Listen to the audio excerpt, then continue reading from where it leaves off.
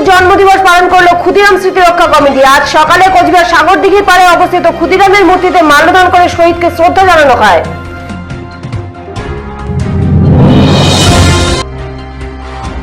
আজ বাংলায় রাজ্যপালকে বিজেপির প্রচারক বলে কটাক্ষ করেন জেলা মহিলা তৃণমূল কংগ্রেসের সভানেত্রী। পাল্টা জবাব বিজেপির।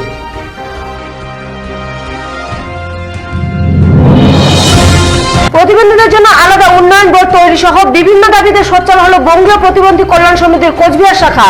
আজ এই মর্মে জেলা শাসকের দপ্তরে স্মারকলিপি জমা দিয়েছে বঙ্গীয় প্রতিবন্ধী কল্যাণ সমিতি। গ্রামের পুকুরপাড়ের গাছের একই সাথে ঝুলন্ত কিশোর কিশোরীর দেহ উদ্ধার ঘিরে চাঞ্চল্য ছড়ালো মালদার হরিশ্চন্দ্রপুর ১ নম্বর ব্লকের কুশিদা গ্রাম পঞ্চায়েতের নসরপুরে।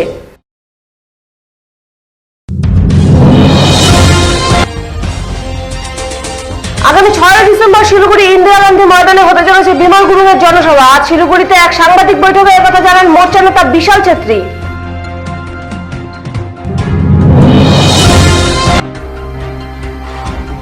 তৃণমূল পরিচালিত মাথাভাঙা পুরসভার বিভিন্ন কাজে স্বজন পোষণ নীতির অভিযোগ তুলে বিক্ষোভ কর্মসূচি পালন করল মাথাভাঙার বিজেপি নেতা কর্মীরা।